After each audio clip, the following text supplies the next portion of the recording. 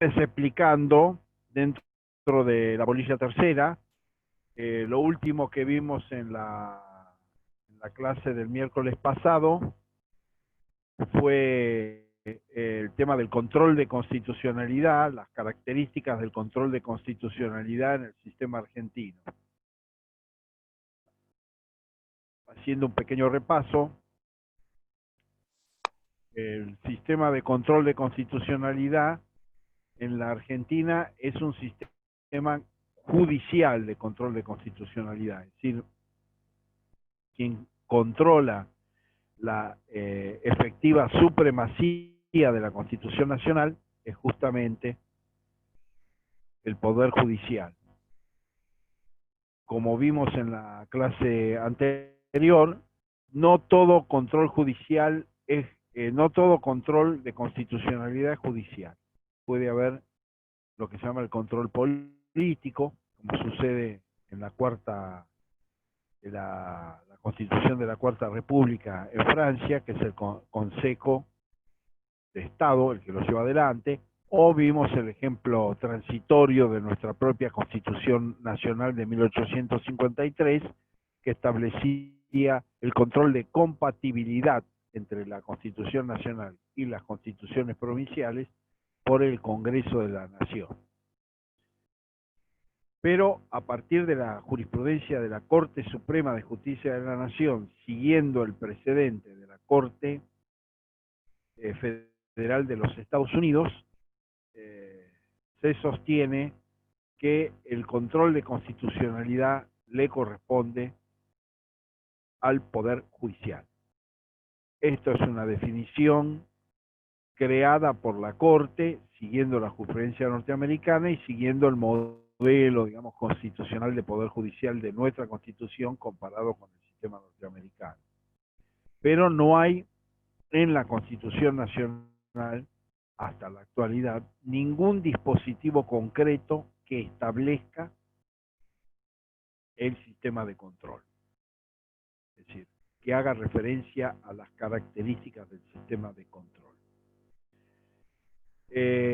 Dentro de ese sistema judicial, la segunda característica que tiene es que es difuso.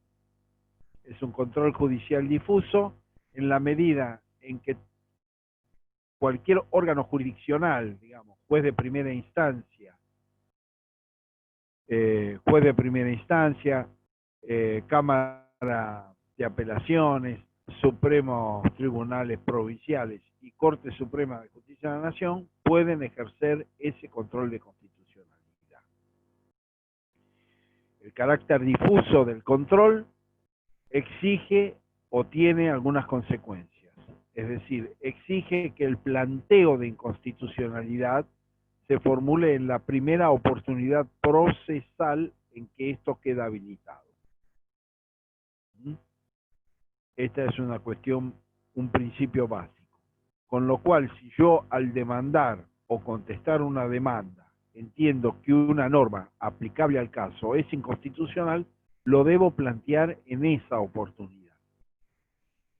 Si en esa oportunidad no lo he hecho, yo después no puedo volver con el planteo o no puedo presentar ese planteo ante la Cámara o ante la Corte provincial o nacional, porque ese tema ya no formaba parte de la litis, no estaba integrado a la litis de ese proceso.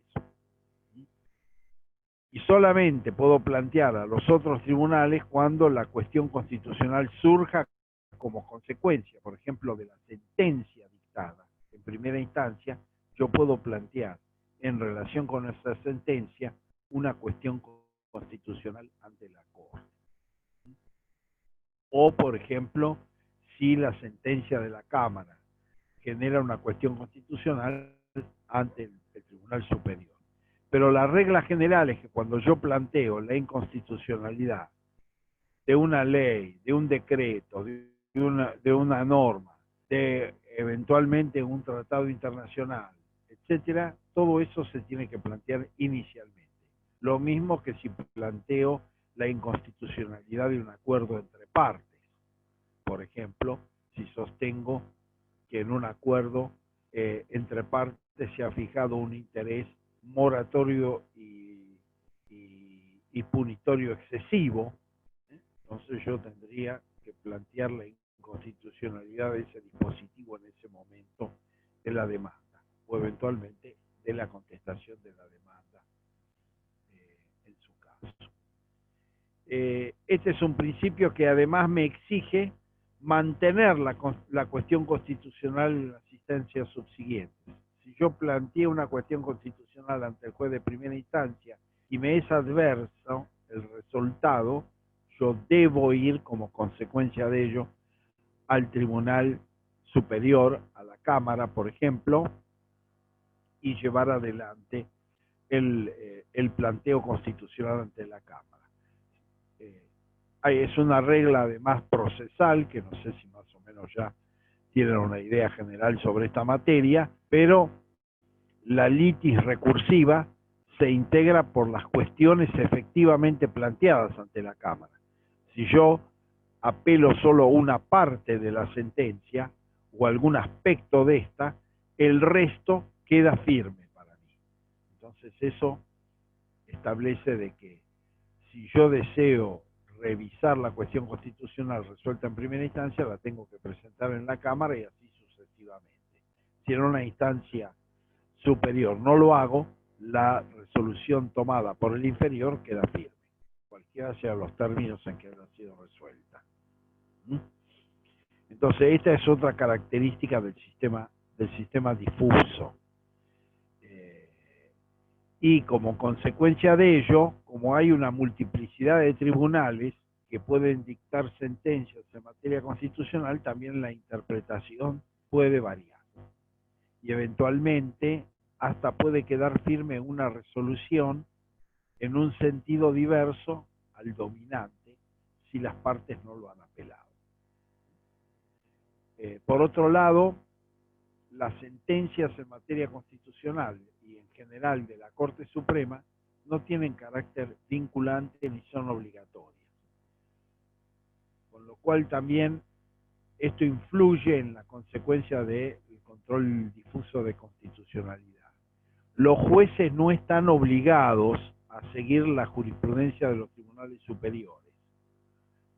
Lo hacen sobre todo por una cuestión, digamos, una regla básica de economía procesal, que es, bueno, no ir en contra de lo resuelto por el superior, en la medida en que esto va a generar un recurso y el superior va, por regla, a confirmar su punto de vista, aunque eventualmente lo puede modificar, pero que va a confirmar su punto de vista. Entonces, ¿qué hacen los jueces inferiores?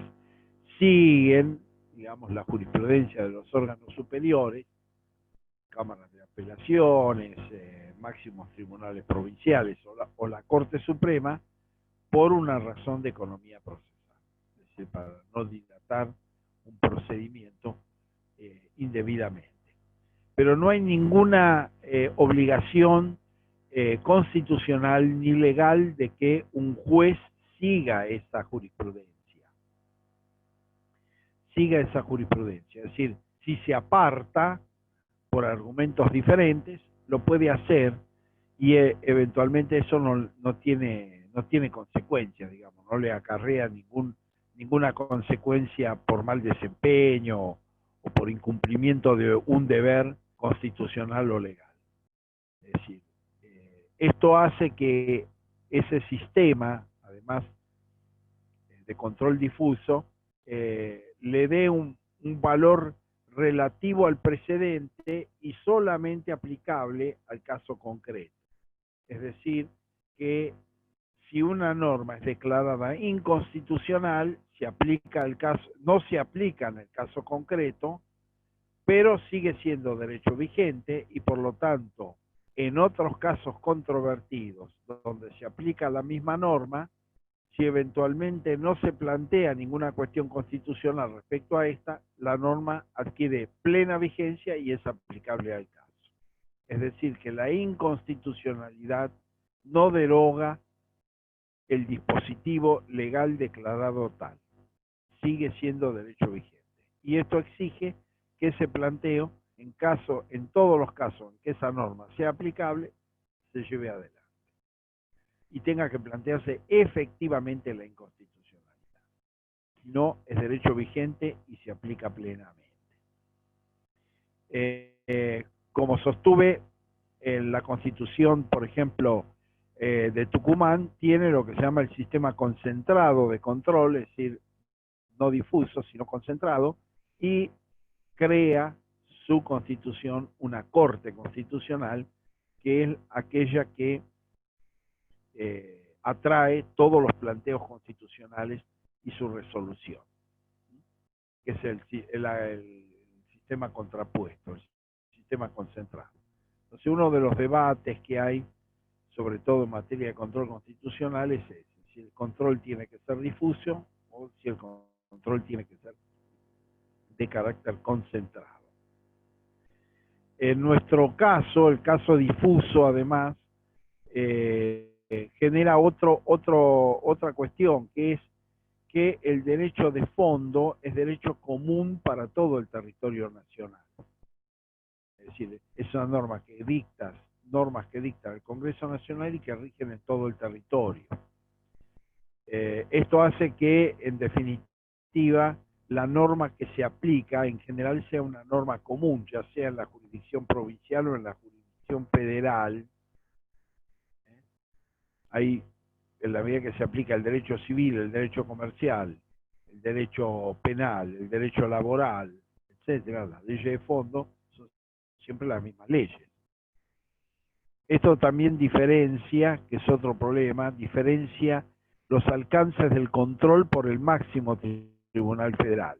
Por ejemplo, siempre se pone como ejemplo de que la Corte Suprema de Justicia de los Estados Unidos tiene un número muy limitado o restringido de casos de control constitucional que llegan a su conocimiento, y aún todavía más restringido cuando decide abocarse a él.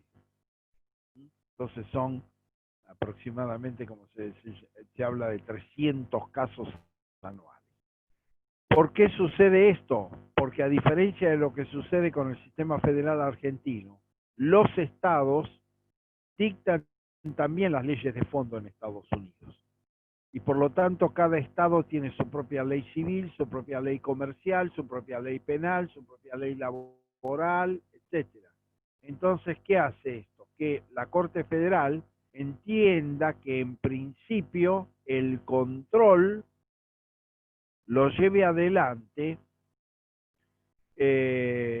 los tribunales locales, estaduales, y que por vía excepcional se pueda llegar a el control de constitucionalidad por la Suprema Corte de los Estados Unidos, porque en definitiva estamos hablando de leyes dictadas en cada uno de los estados y en forma autónoma.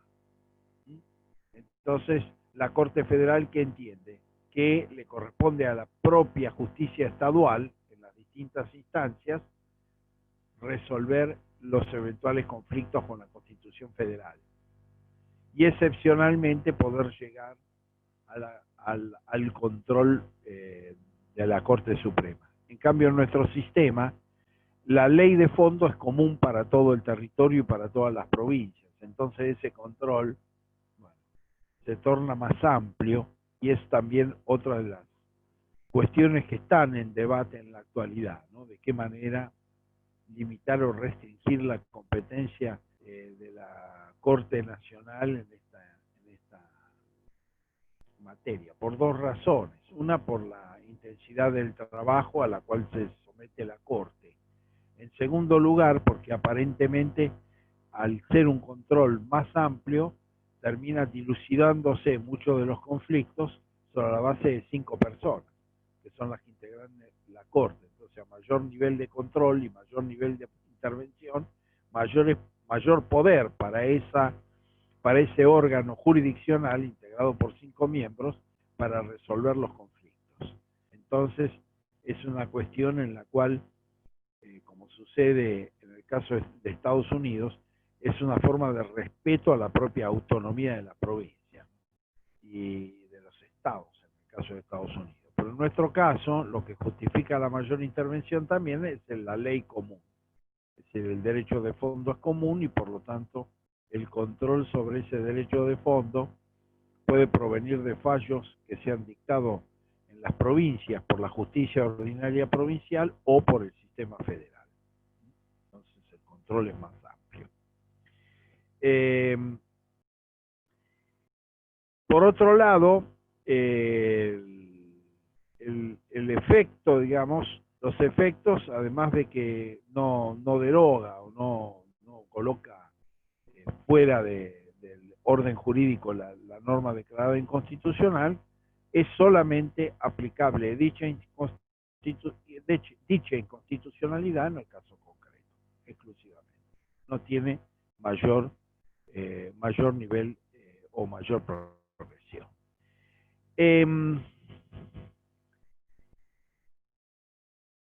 Dentro de ese contexto, ¿cuáles son las materias controlables? En general,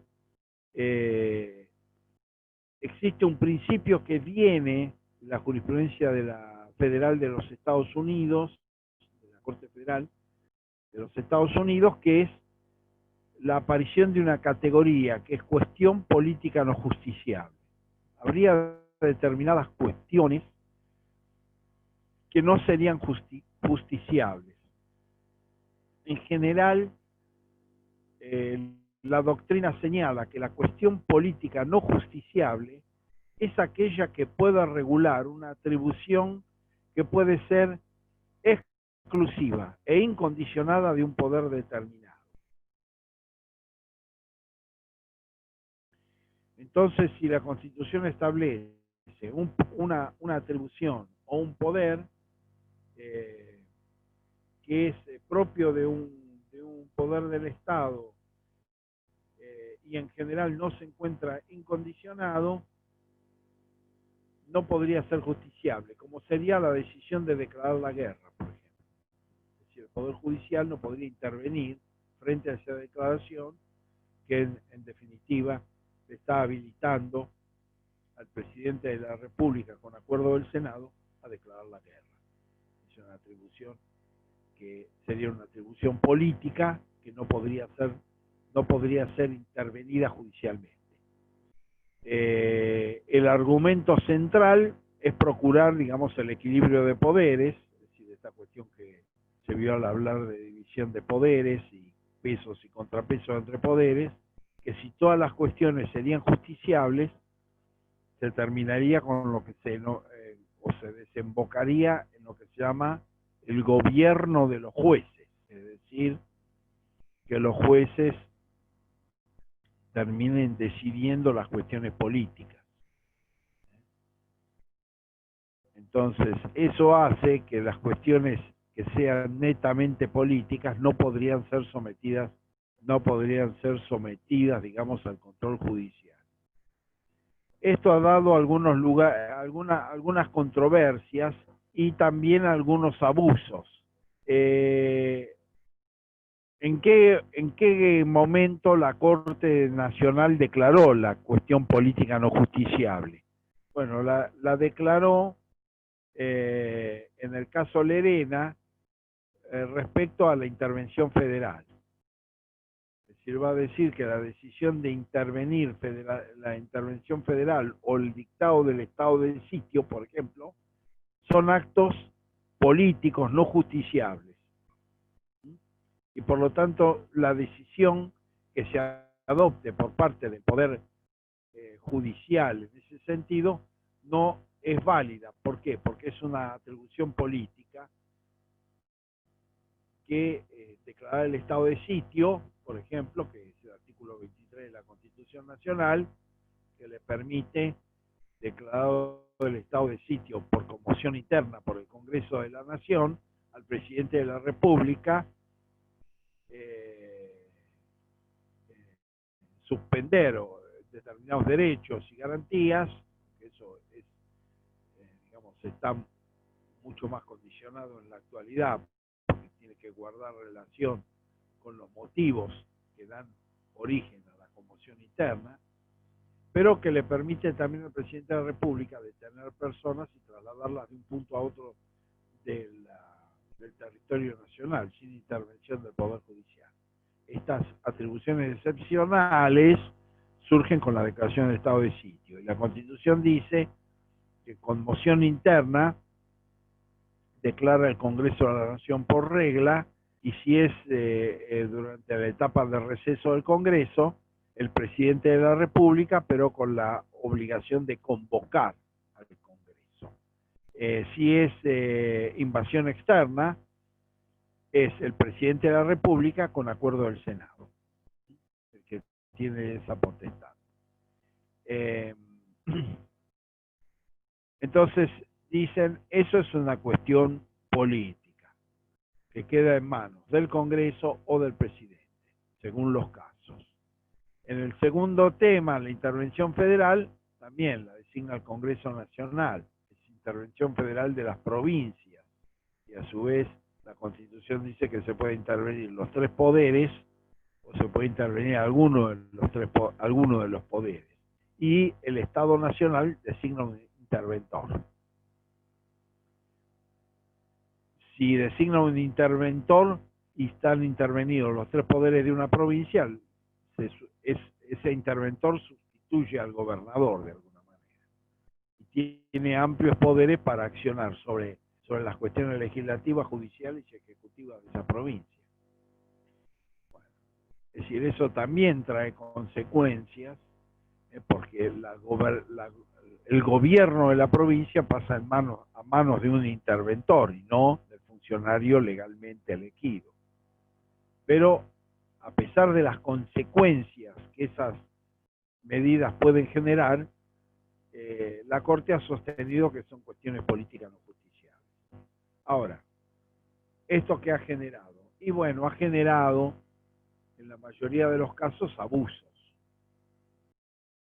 Esos abusos han sido estados de sitio que se han declarado estados de sitio por una diversidad de motivos muy grandes, sobre todo en el marco de la conmoción interna, generadoras de la conmoción interna, y a su vez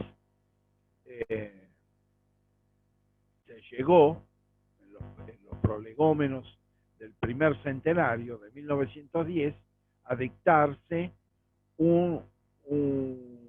una medida de carácter preventivo, es decir, para evitar que hubiera incidentes durante los festejos del primer centenario. Entonces el estado de sitio se declaró aún por razones preventivas, que de ninguna manera estaban justificadas dentro del sistema constitucional vigente, pero que al no haber control judicial quedaban habilitadas o permitidas. Y en la intervención federal pasa exactamente lo mismo, y sobre todo para las provincias, una de las preocupaciones es las erogaciones o los gastos que el interventor genera a cargo de la provincia. Algunas constituciones provinciales reformadas, digamos, sobre la segunda mitad del siglo XX, es decir, de la década del 80, incorporaron el desconocimiento de esa deuda, pero en realidad el interventor sustituye a la autoridad provincial. A la vez la intervención puede ser dispuesta con el fin de sostener a las autoridades, y la práctica institucional en la Argentina es que se han designado esas intervenciones para sustituir a las autoridades existentes, en general no para sostenerlas, sino para sustituirlas. Entonces, eso ha desnaturalizado esas instituciones, pero esa práctica, al no poder ser sometida a control judicial, también ha generado abusos, excesos. Entonces, ahí hay también algunas cuestiones que han generado debate. Germán Vidal Campos, por ejemplo, al analizar el tema del estado de sitio, va a decir que está justificado el control judicial del dictado del estado de sitio en la medida en que el artículo 23 fija condiciones para su dictado, es decir, conmoción interna, por ejemplo. Entonces, determinar si existe o no conmoción interna es una cuestión que podría ser examinada por la justicia, aunque la Corte Suprema de Justicia en fallos reiterados ha sostenido de que no es así, es decir, que es una apreciación política del órgano habilitado determinar si los hechos justifican o no la conmoción interna. Y por el otro lado, algunos autores como Vanossi han ido más allá y han dicho que en realidad todas las cuestiones tienen que ser justiciables, deberían ser sometidas a control judicial. Y el argumento en este caso es evitar los abusos. Entonces, por un lado, si todo puede ser controlado, está el peligro del gobierno de los jueces, pero si hay cuestiones que no pueden ser controladas, también se producen los abusos y se consolidan los abusos de los poderes que están constitucionalmente habilitados para llevarlos adelante. Entonces es un tema de lo controlable que está en debate, pero digamos hay un consenso general de que las cuestiones políticas no justiciables estarían por fuera de las materias controlables.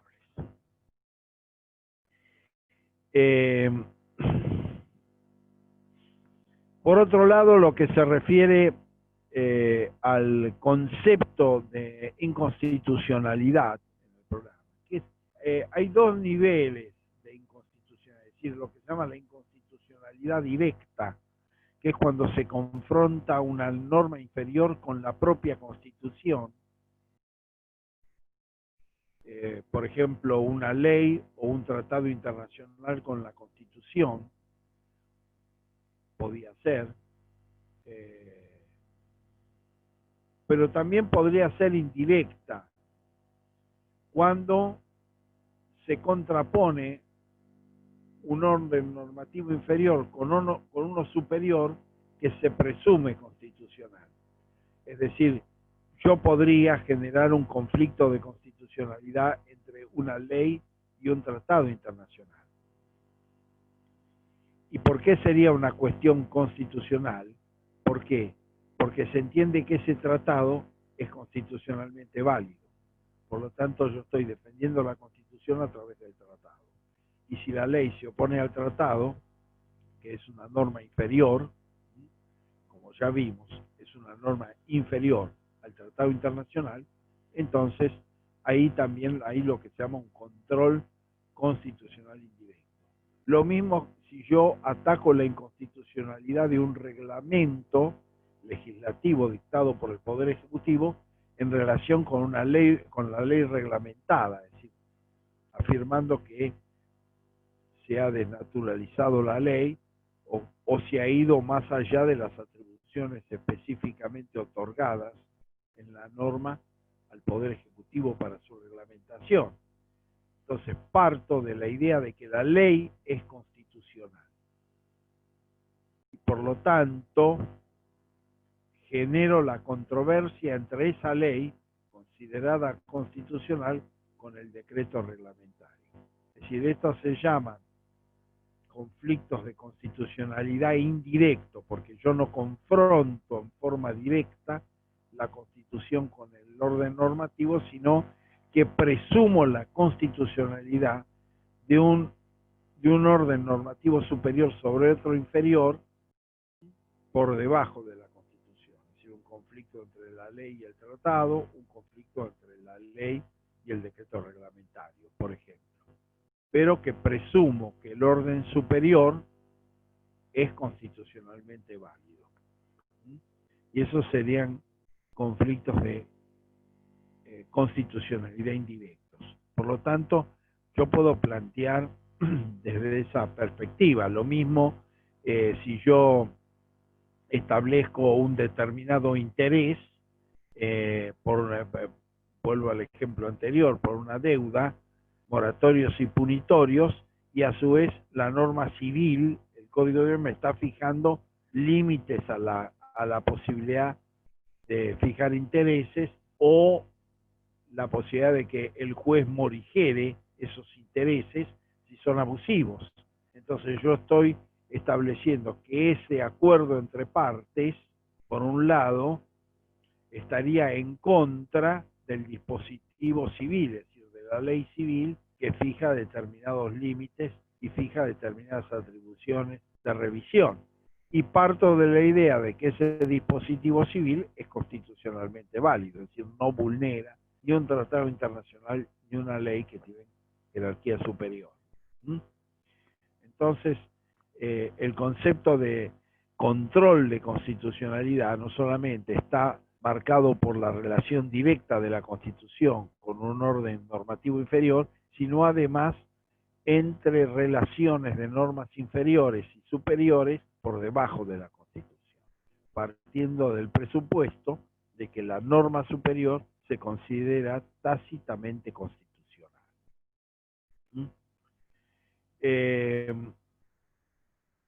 Por otro lado, el tema de ese control de constitucionalidad, vuelvo a insistir, en general, tanto en las provincias como en la nación son sistemas difusos. El sistema está concentrado, está en la provincia de Tucumán, y en el caso particular de la provincia de Buenos Aires hay un sistema de contralor del orden normativo provincial que puede ser concentrado o difuso. Dentro de un periodo de tiempo, una vez aprobada la ley provincial, por ejemplo, yo puedo plantear su inconstitucionalidad directamente en la Suprema Corte de la provincia de Buenos Aires, en la medida en que entender que esa ley provincial está vulnerando la Constitución provincial, inicialmente, y en forma indirecta a la Constitución nacional, pero está limitada, digamos, al orden normativo provincial, ¿no? Este sistema concentrado. Y yo puedo recurrir al máximo tribunal provincial en forma directa para que resuelva el conflicto. No paso por todas las instancias. Ese sistema convive con el sistema difuso. Es decir, si yo ese dispositivo no lo he atacado inicialmente por inconstitucional, pero luego me es aplicable a un caso concreto del cual soy parte, yo igualmente en forma difusa puedo plantear su inconstitucionalidad. Es decir, son sistemas complementarios, no son excluyentes, no es que o es concentrado o es difuso. Hay dos sistemas que conviven. El sistema concentrado es un sistema que es mucho más limitado porque tiene un lapso de tiempo restringido a partir de la sanción de la norma provincial para su impugnación en forma directa. En cambio, el sistema difuso queda habilitado para todo proceso o toda causa o controversia que se lleve adelante dentro de la jurisdicción de la justicia ordinaria provincial. Es decir, es un sistema mixto, digamos. Conviven uno y otro sistema de control de constitucionalidad. En la provincia de Tucumán es concentrado, en el federal, digamos, en la Constitución Nacional, es solo difuso. Son los distintos mecanismos de control que existen. Finalmente, para terminar de ver un poco el tema del control de constitucionalidad, ¿cuál es el medio procesal para acceder al control constitucional ante la Corte Suprema de Justicia de la Nación? Ese medio procesal es lo que se denomina el recurso extraordinario federal. El recurso extraordinario federal es un mecanismo procesal, es decir, está regulado en el Código Procesal Civil y Comercial de la Nación, y es el medio para acceder al conocimiento de la Corte Suprema de Justicia de la Nación de una cuestión constitucional. ¿Cuáles son los requisitos formales para poder interponer un recurso extraordinario federal? El primero y fundamental, sentencia definitiva. El concepto de sentencia definitiva, digamos, va a variar si hablamos del ámbito federal o si hablamos del ámbito provincial. Por ejemplo, en materia penal, la sentencia definitiva tiene que ser dictada por la Cámara Nacional de Casación Penal. Es decir, la Corte ha entendido, es el tribunal dentro del sistema federal, el sistema, la sentencia definitiva, tiene que ser dictada por ese órgano. O eventualmente, en las otras competencias, civiles, comerciales, contenciosas administrativas, laborales, etcétera, la Cámara respectiva es la que generaría esa sentencia definitiva para llegar luego por recurso federal a la Corte Suprema de Justicia. En cambio, si el sistema es provincial, estamos dentro de la justicia ordinaria provincial, en ese caso, el sistema y la Corte han exigido que sean la sentencia del máximo tribunal provincial. Es decir, en nuestro caso, tiene que ser una sentencia dictada por la Suprema Corte de Justicia de la provincia de Buenos Aires. Y por ende, por regla general, esa sentencia definitiva no lo es la dictada, por ejemplo, en materia penal por los tribunales de casación provinciales o en materias civiles y comerciales, laborales, etcétera, por los tribunales de instancia única en materia laboral o los tribunales, digamos, de apelación en materia civil y comercial. Tiene que llegarse a la Suprema Corte de la Provincia de Buenos Aires. En el caso particular de la relación entre la Corte Suprema Nacional y la Corte Provincial ha sido de tensión, ha sido controvertida. ¿Por qué? Porque la Corte Provincial ha sostenido que el recurso extraordinario de control de constitucionalidad provincial solo está reservado para los conflictos de competencia que pueden existir en relación con la Constitución de la Provincia de Buenos Aires, excluyendo la Constitución Nacional. Con lo cual, la Suprema Corte de la Provincia de Buenos Aires no se pronunciaba en cuestión constitucional cuando remitía a la Constitución Nacional.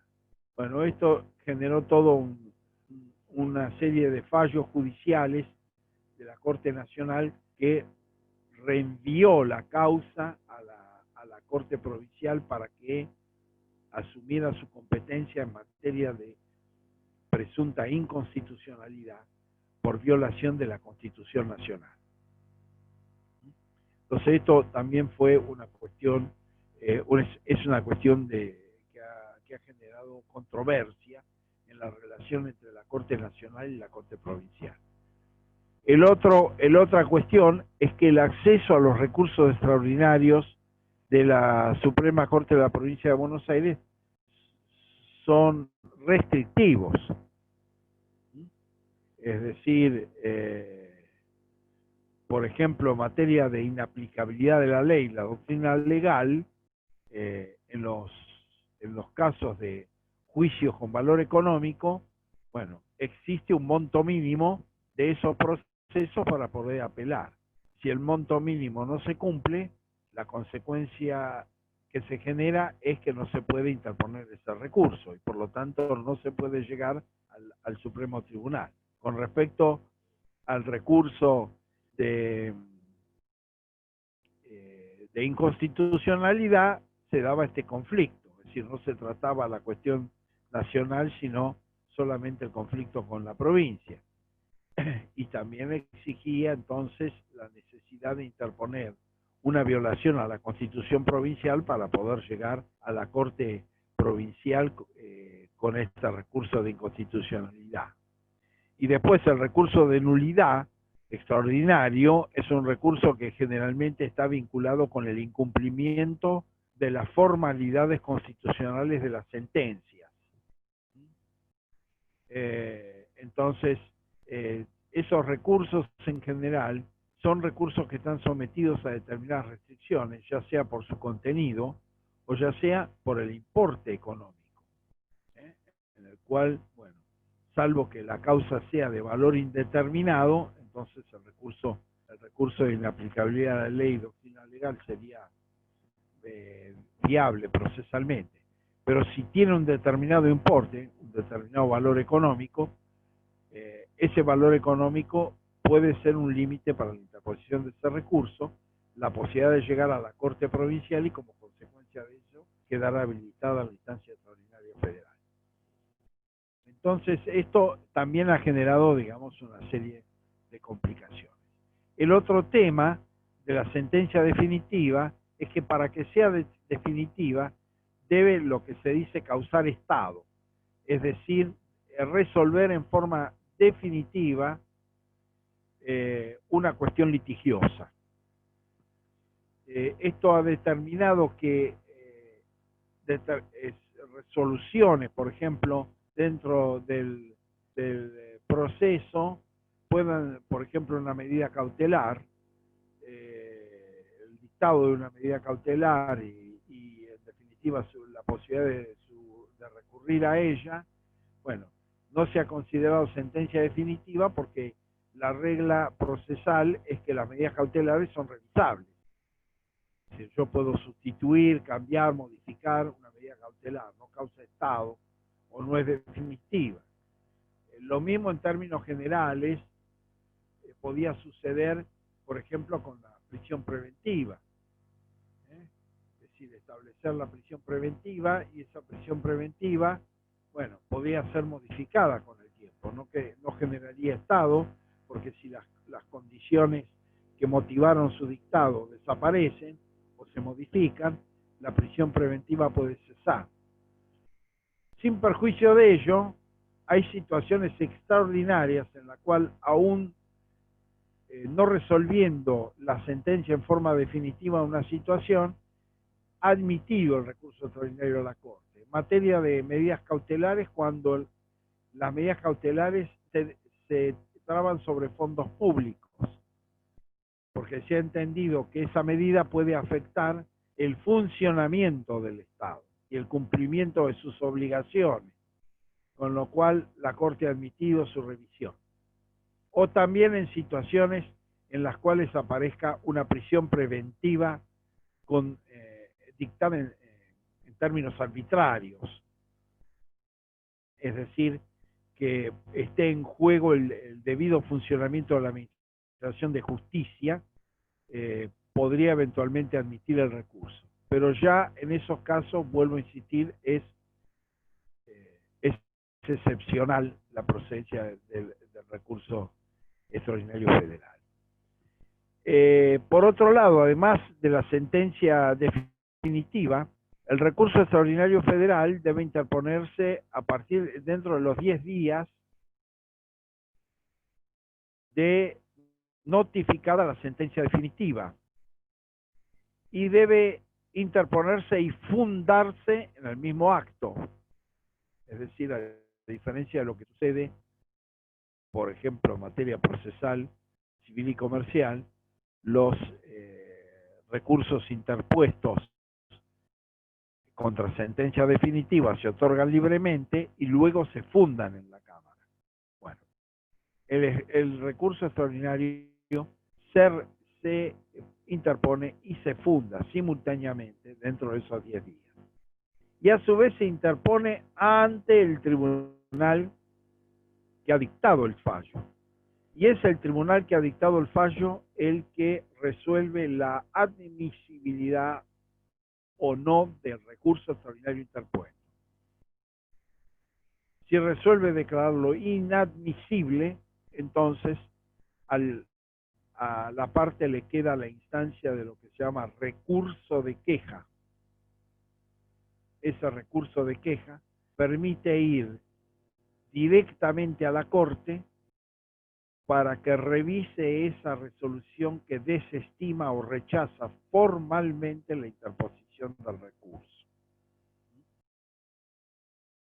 Si el recurso de queja además está sometido a determinados recaudos, porque no se remite el expediente principal y por lo tanto hay que acompañar copias de todas las constancias que resulten pertinentes para la resolución de la queja. Si no se acompañan esas copias, ya de por sí representa la desestimación formal de la queja y su devolución al tribunal de juicio, es decir, el rechazo queda firme. Pero, por lo tanto, la formulación de un recurso de queja no solamente exige la interposición dentro de un plazo que está establecido en 5 días ante la Corte, extendido por cada 500 kilómetros un día más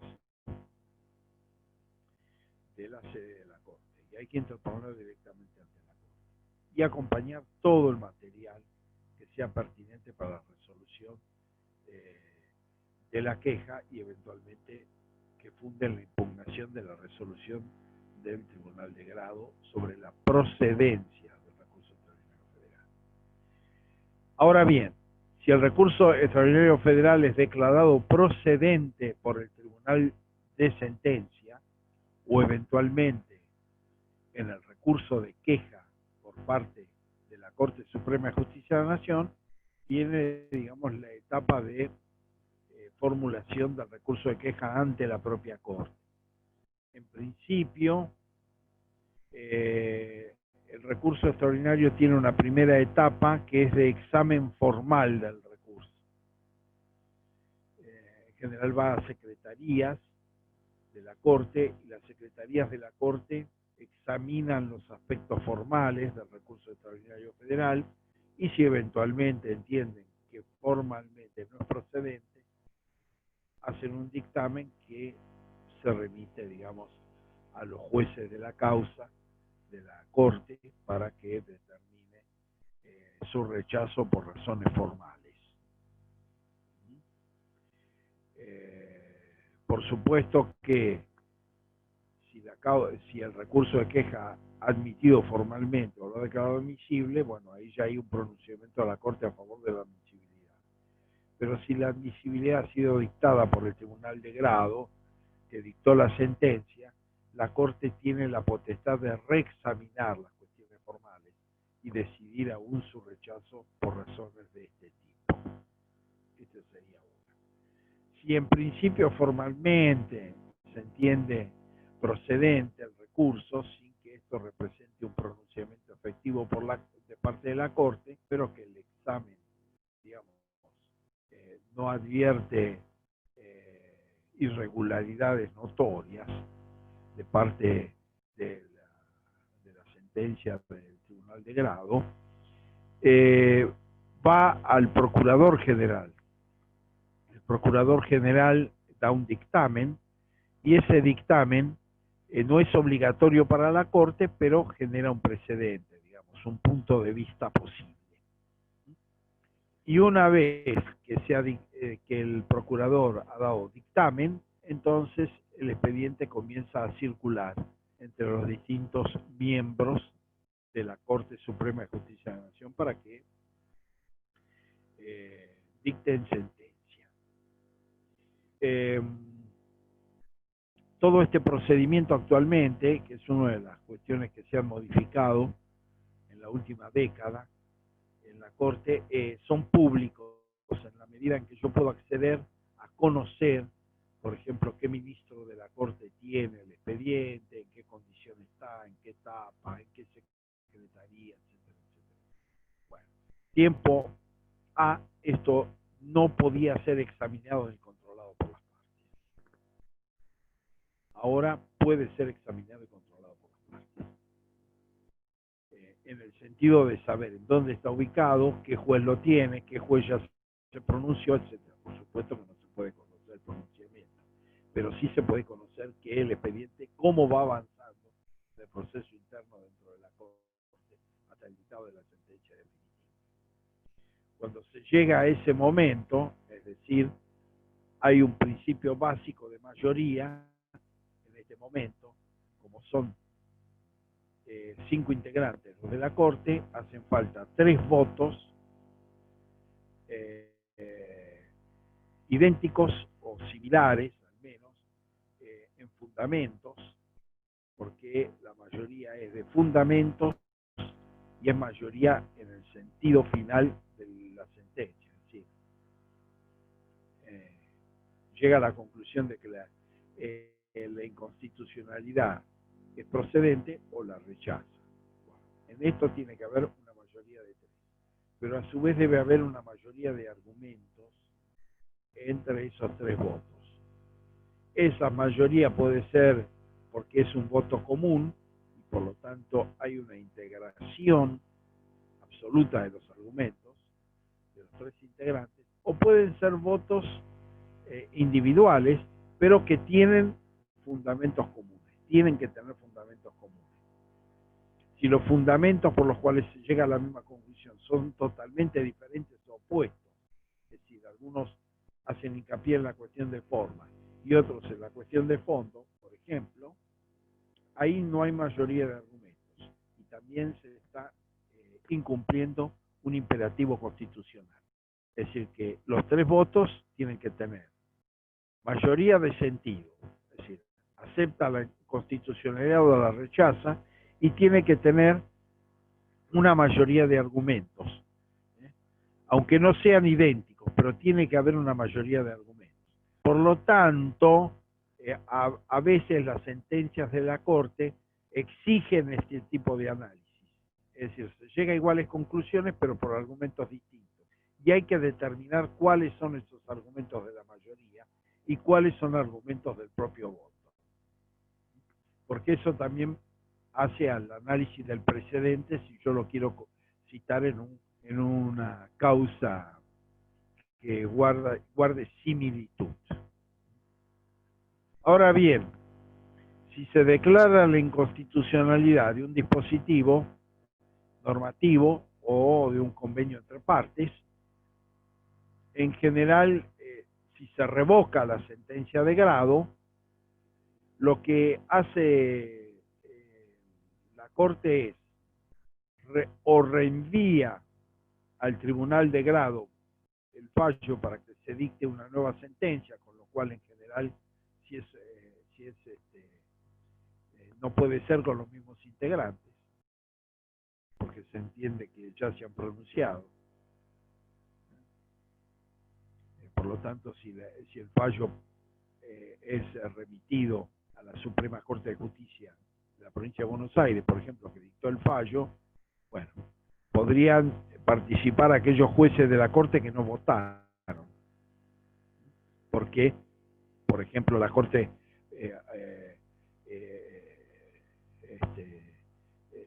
ha tenido un número de 9 miembros durante un largo lapso de tiempo de la provincia de Buenos Aires, y por lo tanto, bueno, faltaban cuando eran 9 miembros 5 votos, y por lo tanto podían votar solo esos 5 con mayoría de argumentos y mayoría de votos, y los otros 4 no haber votado. Entonces, esos 4 que no votaron podían participar. Pero si todos votaron y y se pronunciaron sobre la cuestión que es revocada por la Corte Nacional, entonces hay que designar con jueces para que dicten el fallo.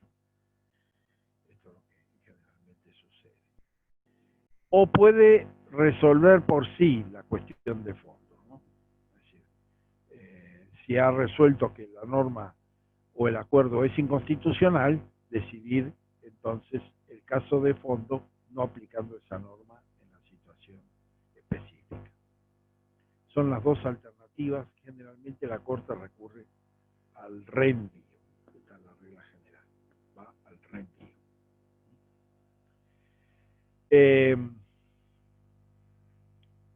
Y este mecanismo es el mecanismo que actualmente rige, digamos, dentro de nuestro sistema procesal para llegar a plantear a la Corte Suprema de Justicia de la Nación una cuestión constitucional.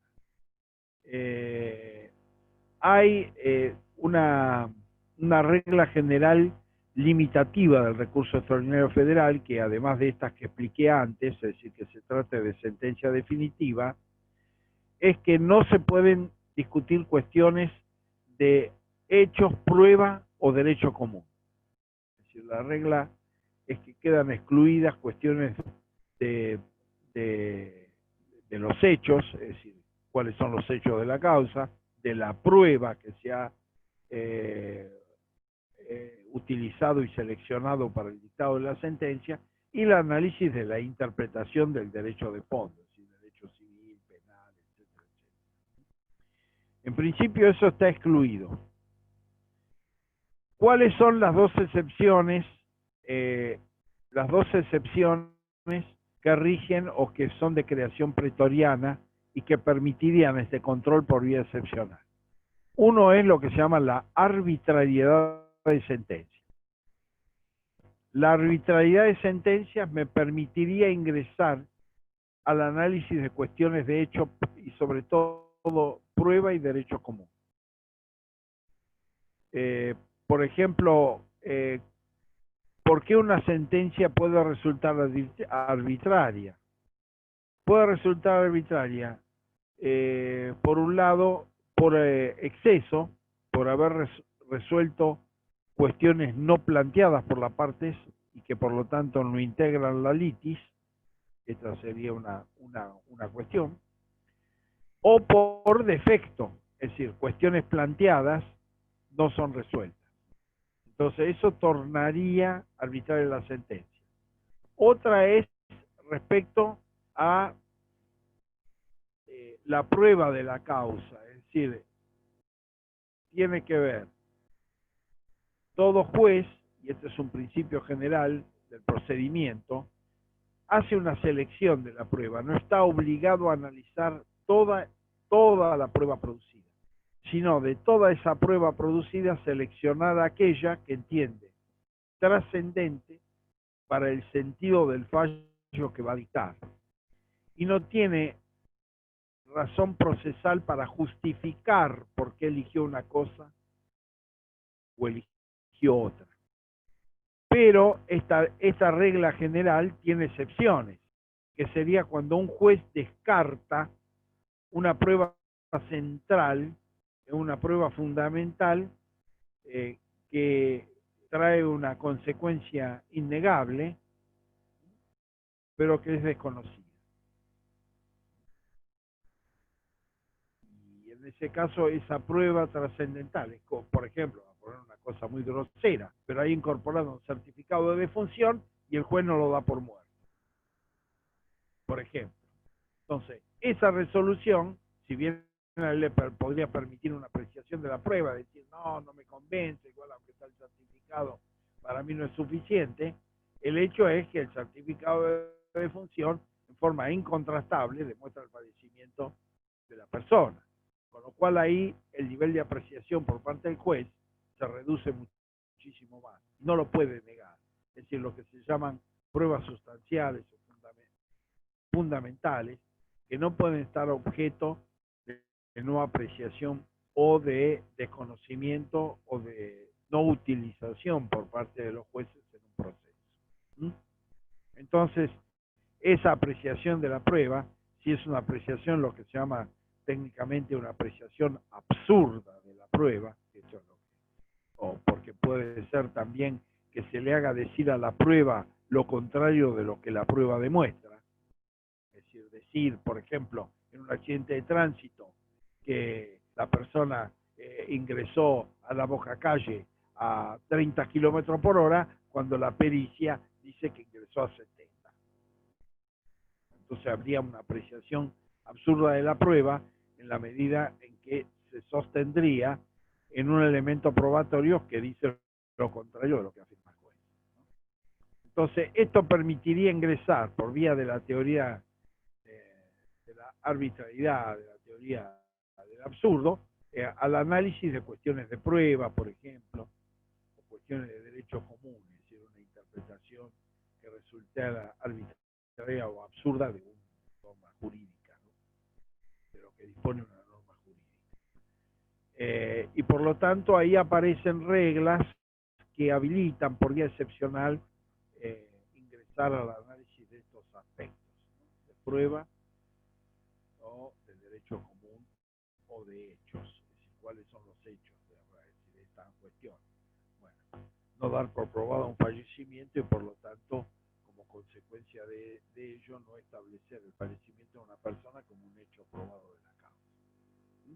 Entonces, eso también ha extendido por vía pretoriana, es decir, por interpretación de la Corte, a la posibilidad de que se examine la cuestión constitucional más allá de que la sentencia sea definitiva, cause estado, o entre a examinarse, en este segundo caso, cuestiones de hecho prueba o derecho común. Entonces, hay algunas excepciones, pero son eso, excepciones. Y tienen que ser de una demostración contundente, ¿no?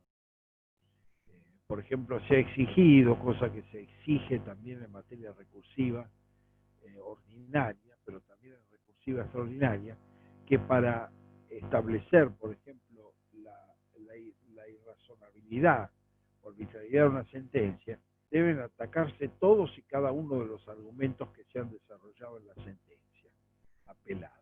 Si solamente se atacaron algunos y otros se dejaron firmes, eso resultaría suficiente para establecer la legitimidad del fallo, porque habría argumentos no atacados. Entonces también eso tiene que ver con el contenido del recurso de apelación, que también se aplica a las instancias inferiores. Bueno, esto en general con respecto al tema del control de constitucionalidad. ¿Cómo funciona el control de constitucionalidad en nuestro sistema constitucional federal y un poco comparándolo con algunos sistemas provinciales que adoptan un régimen distinto o un régimen mixto, como es el caso de la provincia de Buenos Aires? Nosotros vamos a entrar ahora, simplemente en términos introductorios, en la bolilla 4, que es poder constituyente. ¿Qué significa el poder constituyente? Bueno, el poder constituyente es el poder que radica en dictar una constitución originaria o primera constitución y en el poder de poder reformar, modificar la constitución vigente. Es decir, esto da origen, digamos, a lo que se denomina poder constituyente originario, poder constituyente derivado. El poder constituyente originario, o que también en este caso se califica como fundacional, es aquel poder constituyente que determina la capacidad de dictado de una constitución inicial, primaria. Es decir, de ahí que se llama originario, porque es el origen del sistema constitucional, o fundacional, porque funda, da inicio, funda a un sistema constitucional. Es decir, que ese primer poder es el que genera, digamos, la primera constitución, que en nuestro caso sería la Constitución Federal de 1853.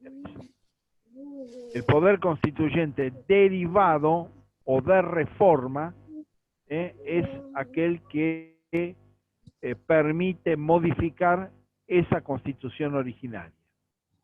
Se llama derivado, o tradicionalmente se llamaba poder constituyente derivado, porque en nuestro sistema constitucional vigente... ¿Líquidas? Ah, bueno, sí. O sea, ¿querés los lapicitos esos? ¿Qué color querés? ¿Cuál de los colores querés? Y de las sombras líquidas... Cierren los micrófonos, por favor. Estos son lápices iluminadores. Yo pensé que querías lápices labiales. Hola. Hay que cerrar los micrófonos, se escuchan voces. Bueno. Anaí Núñez, por favor. Bueno. No, ahí lo cortó Anaí Núñez. Bueno, perfecto, muy bien. Bueno, entonces, el poder constituyente derivado o de reforma se nombró tradicionalmente con esta decisión, con esta definición de poder constituyente derivado, porque deriva su ejercicio de la Constitución originaria. En nuestro caso es el artículo 30 de la Constitución Nacional. O de reforma, porque en este caso lo que se pone, digamos, a la vista es la consecuencia o el resultado, que es modificar, reformar la Constitución vigente.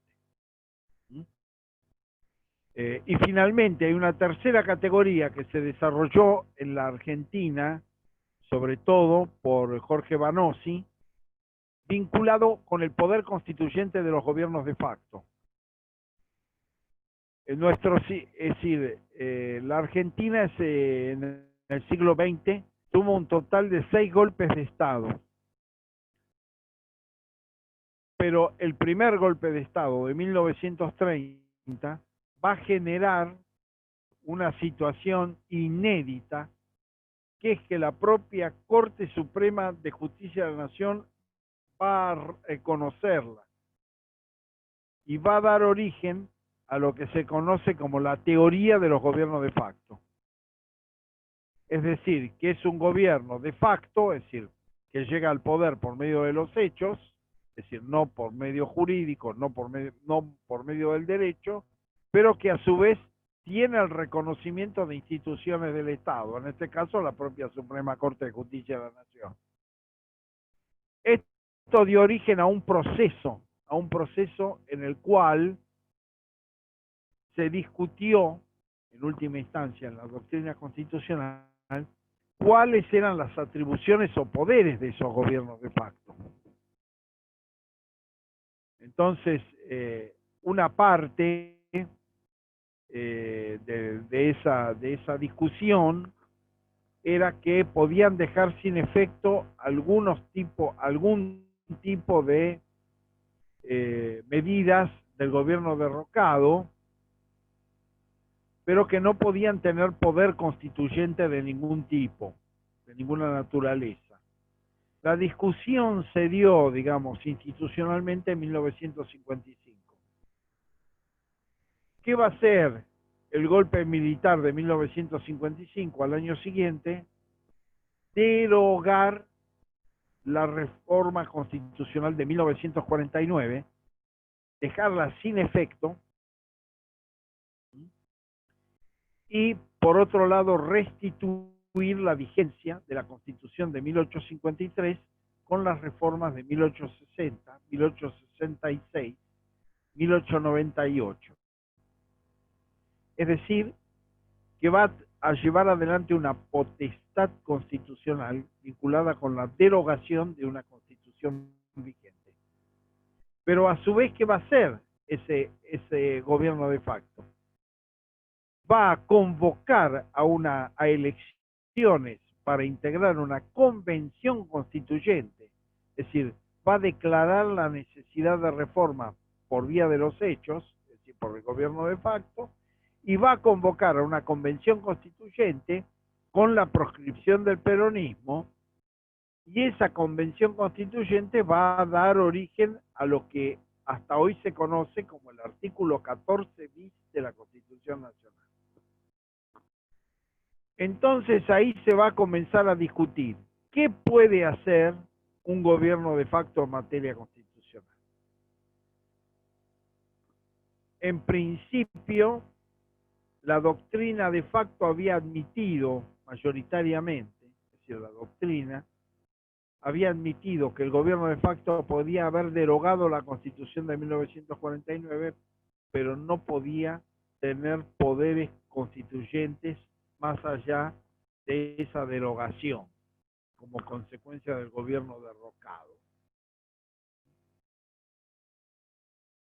Pero ese antecedente amplió, digamos, las capacidades del gobierno de facto, y ya en 1972, ahí cuando ustedes vean el programa, se habla de la reforma de 1972 de la Constitución, fue una reforma integral de la Constitución Nacional hecha por un gobierno de facto durante la presidencia de Lanusse, del general Lanusse. Cuando se discute si esto podía ser hecho por un gobierno de facto, entonces se va la mayoría de los integrantes de la comisión asesora, salvo la excepción de Germán Vidal Campos, la mayoría de los integrantes va a sostener de que así como pudo derogar una constitución,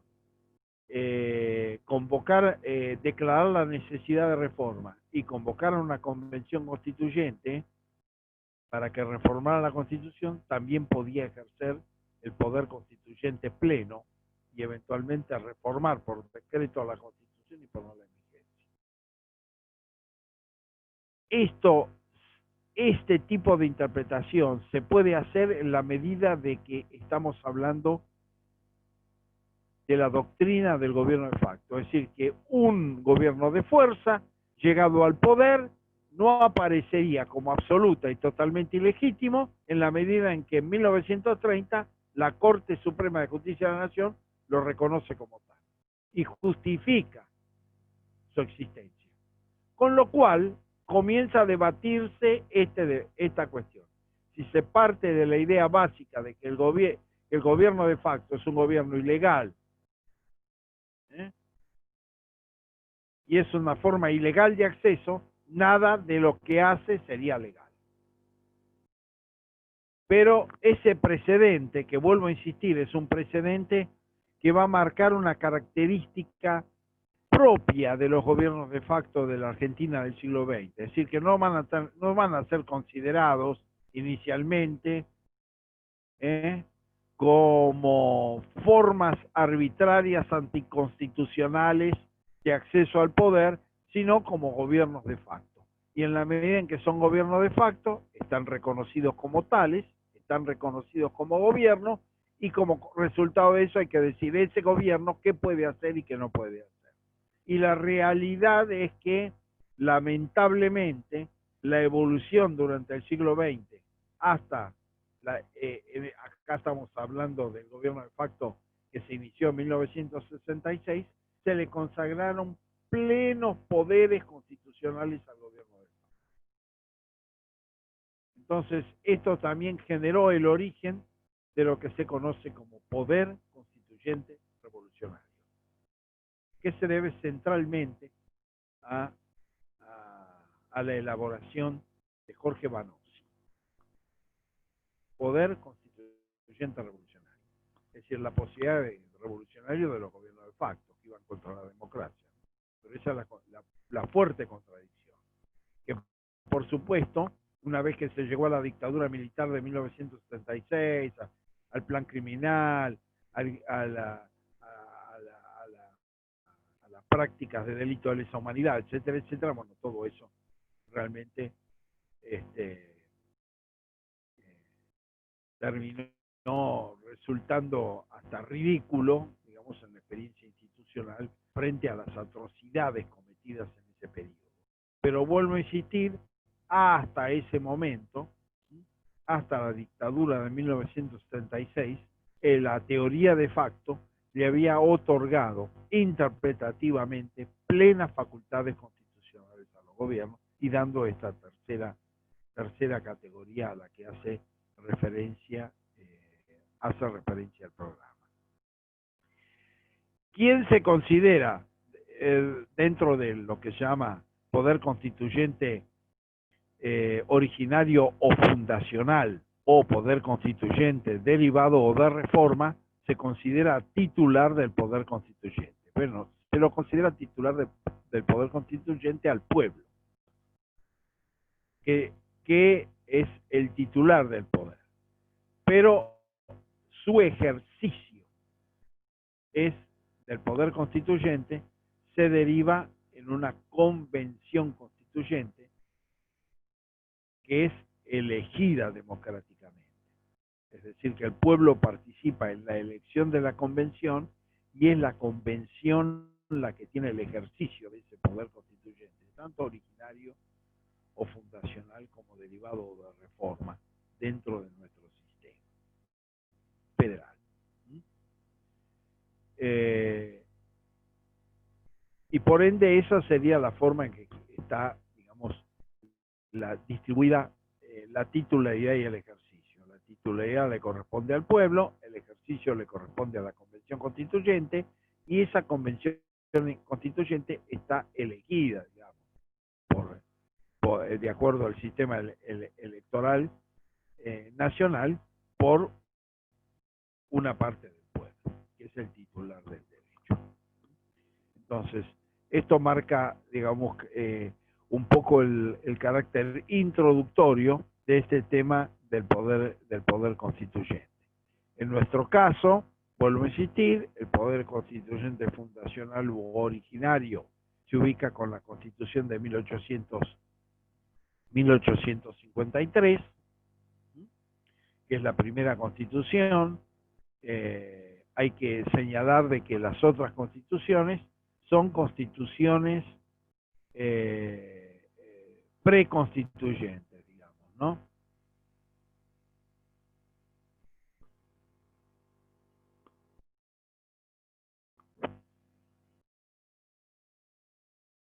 Es decir que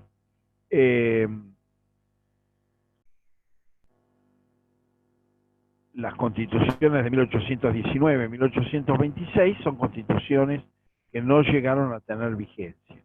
La constitución de 1853 es la constitución originaria o fundacional a nivel federal. Por otra parte, a partir de 1860 estaría el proceso de reforma.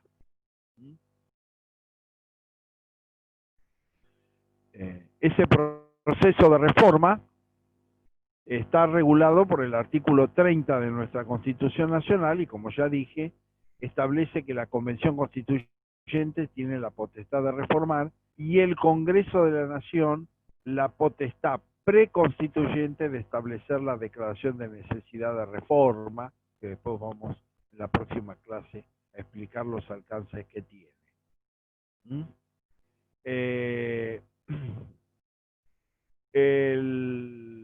La doctrina ha sostenido en general que el poder constituyente fundacional u originario es incondicionado, es decir, no está sometido a límites o a restricciones de ninguna naturaleza, aunque existen sí límites de carácter histórico, en primer lugar reconocidos por el propio preámbulo de la Constitución Nacional de 1853, que habla de pactos preexistentes, habla del cumplimiento de pactos preexistentes y que remiten sobre todo al sistema federal de gobierno.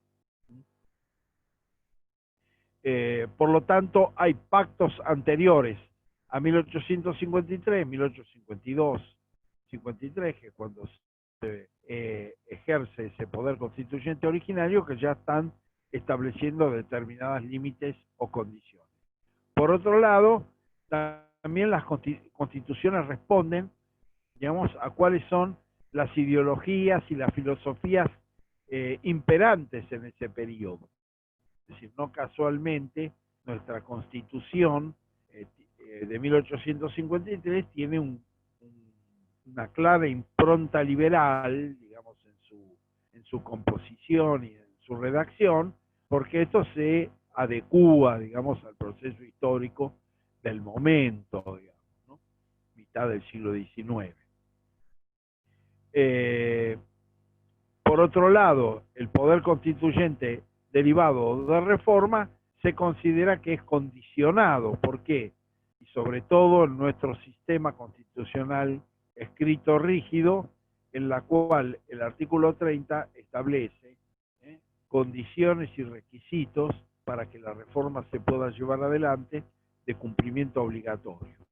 Es decir, está condicionado por el orden normativo vigente. Para cerrar hoy, el la otra cuestión es señalar es que en 1860 ha generado una controversia en la doctrina constitucional si se trata de reforma constitucional o se trata de clausura del periodo de constitución originaria o fundacional. La razón principal, digamos, la razón principal por la cual se sostiene que es un periodo abierto, ustedes en algunos libros de derecho constitucional, empezando por el libro de Joaquín B. González sobre derecho constitucional, que es, digamos, la obra precursora, pero Sagüez, por ejemplo, también lo hace, en el caso particular de Vidal Campos también sostiene esta tesitura, hablan de la Constitución Nacional de 1853-1860. Fundan esto en motivos históricos, es decir, una vez dictada la Constitución de 1853, en 1854 la provincia de Buenos Aires se separa de la Confederación y termina retornando a la Confederación Nacional en 1859 y una de las condiciones que se fijan en el pacto es que la provincia de Buenos Aires tenía potestad de revisar la Constitución de 1853 y proponer reformas. Esto es lo que hizo la comisión revisora, propuso reformas y esas reformas fueron incorporadas en 1860. Por lo tanto, sostienen de que políticamente e institucionalmente ese proceso se cerró en 1860. Y por lo tanto era un proceso históricamente abierto. Este es uno de los puntos de vista. El otro punto de vista es que entiende que es una reforma. ¿Por qué? Porque más allá de esta situación o de este avatar político, hay otro argumento que utiliza la primera tesitura, porque habría una violación a la Constitución de 1853 con la reforma de 1860, que es que el artículo de la Constitución de 1853 establecía que esta Constitución no se podía reformar en los primeros 10 años. Entonces, esto generaría una inconstitucionalidad de la reforma de 1860, que esta doctrina purga diciendo de que en realidad no fue una reforma, sino que fue un proceso constitucional originario o fundacional abierto, que se cerró en 1860. Por el otro lado, la calificación como reforma la de 1860, parte de la idea de que la Constitución, aún sin la presencia de Buenos Aires, la Constitución de 1853 tuvo vigencia, es decir, se elige a Justo José de Urquiza como primer presidente de la Constitución de 1853, no es el primer presidente de la Argentina porque el primer cargo como presidente lo ocupó Bernardino Rivadavia por la resolución de la Convención de 1824-1826, digamos, que creó, digamos, el cargo de presidente de la República, pero dentro de la Constitución de 1853 el primer presidente fue Justo José de Urquiza. Y además después va a haber una segunda elección de Derqui como presidente de la República. Es decir, va a funcionar el Congreso, si bien va a tener que trasladarse a Paraná, porque la Constitución del 53 establecía Buenos Aires como capital de la República. Se traslada a Paraná, pero funciona el Congreso, la Cámara de Diputados, la Cámara de Senadores, y hay titular del Poder Ejecutivo. Lo que va a quedar postergado hasta 1863 es la Constitución de la Corte Suprema de Justicia de la Nación.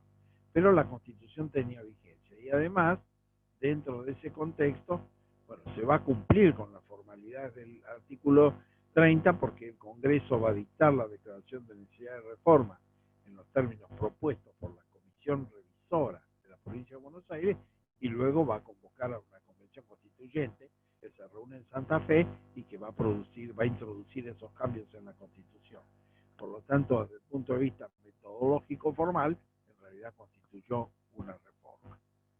Bueno, dejamos acá y vamos a seguir viendo en la próxima clase del miércoles el tema del poder constituyente fundacional y el poder constituyente de reforma en la Constitución nacional. Bueno, muchas gracias. Buenos días.